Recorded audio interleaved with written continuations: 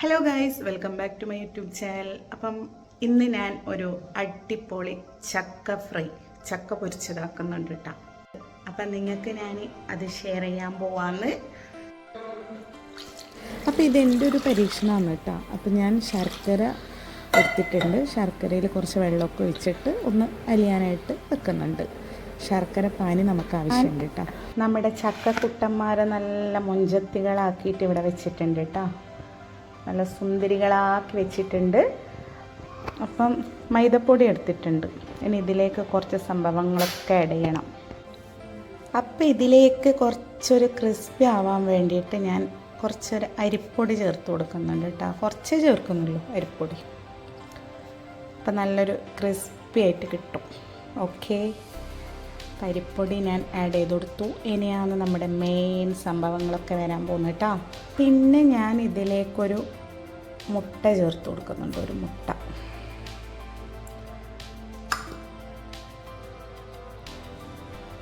ഇതാണ് നമ്മുടെ മെയിൻ സംഭവം എന്ന് പറയുന്നത്. ഞാൻ പഞ്ചസാരക്ക് പകരം ഈ ശർക്കര ഉരുക്കിയ ഈ ഒരു സംഭവമാണ് ഞാൻ മധുരത്തിന് വേണ്ടി അതിലേക്ക് ആഡ് ചെയ്യുന്നത് കേട്ടോ. അപ്പം ഇത് എൻ്റെ ഒരു പരീക്ഷണമാണ്. ഞാൻ പരീക്ഷിച്ച് നോക്കുന്നതാണ് കേട്ടോ. അപ്പോൾ എൻ്റെ സ്പെഷ്യൽ സംഭവമായി ഇത് മാറും ഗൈസ്.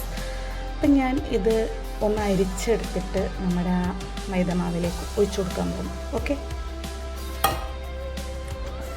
അപ്പം നമുക്കിത് കുറേശ്ശായിട്ട് ഒഴിച്ചു കൊടുക്കാം. ഇതാ, നമ്മൾ വെള്ളം ചേർക്കൂലേ, അതിന് പകരം ഞാനിത് ചേർക്കുന്നതേ ഇല്ലൂ. ഇതിലേക്ക് കുറച്ച് ഉപ്പിട്ട് കൊടുക്കണം. നോക്കിയിട്ട് വേണം കേട്ടോ ഒഴിച്ചു കൊടുക്കാൻ. നല്ലോണം വെള്ളമായി പോയാൽ പിന്നെ നമുക്ക് ചക്ക പൊരിച്ചത് റെഡിയായി കിട്ടൂല. അപ്പം ഞാൻ നോക്കിയിട്ട് ഇതൊന്ന് മിക്സ് ചെയ്ത് നോക്കട്ടെ. എന്നിട്ട് ബാക്കി ഒഴിച്ചു കൊടുക്കും. കുറച്ച് ഉപ്പും കൂടി ചേർത്തിട്ട് നന്നായിട്ടൊന്ന് മിക്സ് ചെയ്യും.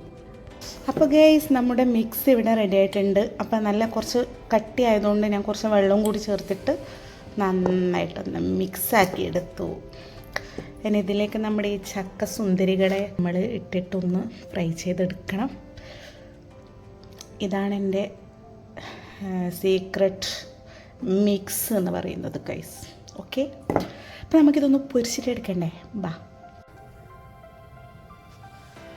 ഇപ്പം നമ്മുടെ ഓയിൽ ചൂടായി വന്നിട്ടുണ്ട്. അപ്പം നമുക്കിതൊന്ന് ഫ്രൈ ചെയ്യാം കേട്ടോ.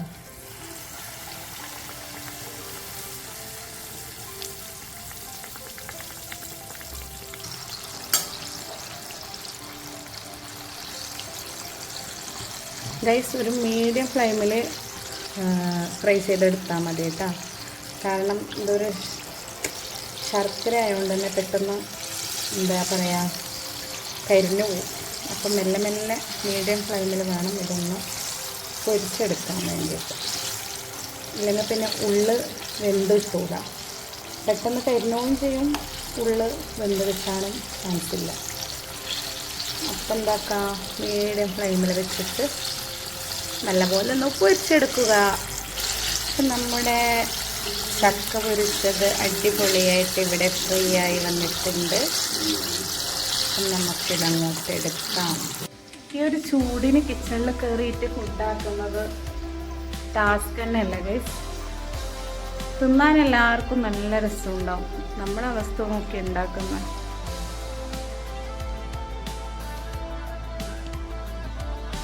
നമ്മുടെ ചക്കപ്പൊരിയും ഇതാ നല്ല ചൂട് കട്ടനും. അപ്പോൾ ഗൈസ്, നമ്മുടെ ചക്കപ്പൊരിയും ചൂട് കട്ടനും റെഡി ആയിട്ടുണ്ട്.